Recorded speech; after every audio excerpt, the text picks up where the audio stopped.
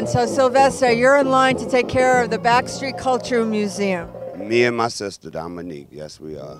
So tell me something about this museum.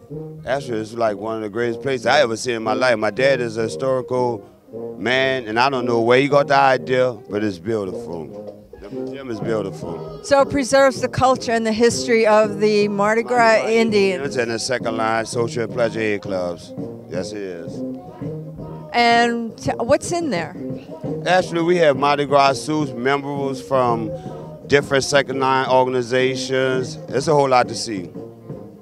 And all those costumes are handmade, aren't they? Actually, every year you make a brand new Indian suit. One bead at a time is sewn to a costume. All right, from $4,000 to $5,000, $6,000. All right, yeah. And every year, a Mardi Gras Indian will actually wear a new suit.